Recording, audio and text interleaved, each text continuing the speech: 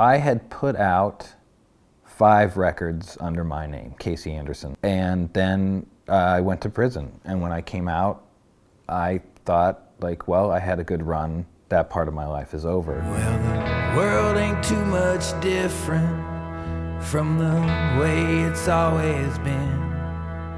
Peter and I had been friends a long time, and so we started kind of playing around in his basement here at the house. And he was really encouraging in terms of telling me that it was an okay thing for me to get out and play again, or to start to write again, you know, that I had a lot of reservations. And so those shows that Peter and I did at the beginning turned into sort of writing sessions, or I would write something and then bring it to Peter and say how much of this is terrible, and he would say, you know, not that much, right?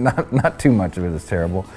And then eventually deciding to try and put a band together.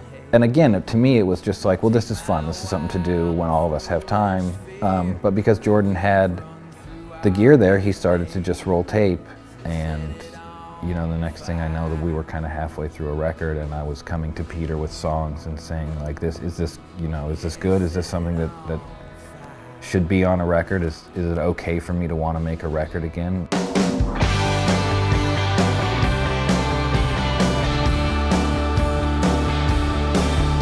The last 3 songs I wrote for the record were the dangerous ones, From a White Hotel, and Bulletproof Hearts. And they came like back to back to back.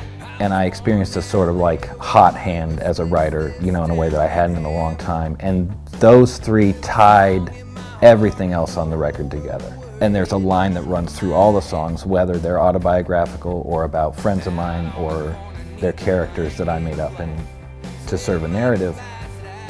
And when I looked at those 10 songs, I thought, okay, this is a finished record. You know, this makes a lot of different statements and it makes one statement, and that's the way that I like to listen to records, and that's always the way that I prefer to make them. So when that happened, I thought, okay, this is a thing that I feel proud enough of that I hope people will listen to it.